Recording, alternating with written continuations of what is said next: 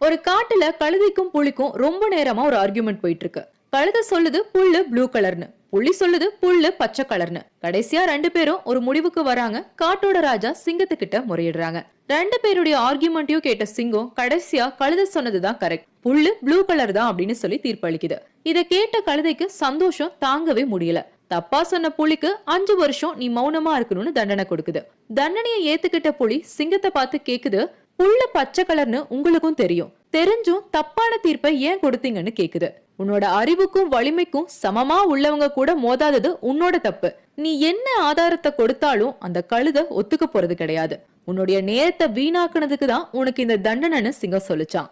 இதே மாதிரிதான் நம்ம வாழ்க்கையில கூட நிறைய கழுதைங்க வரும். நீங்க என்ன சொன்னாலும் அவங்க சொல்றதுதான் கரெக்ட்னு சொல்லி பேசுவாங்க. அந்த மாதிரி வரவங்க கிட்ட ஆர்கியூ பண்ணி உங்க நேரத்தை வீணாக்கி இந்த புலி மாதிரி இருக்க போறீங்களா இல்ல ஒதுங்கி போக போறீங்களாங்கிறது உங்க கையில தான் இருக்கு.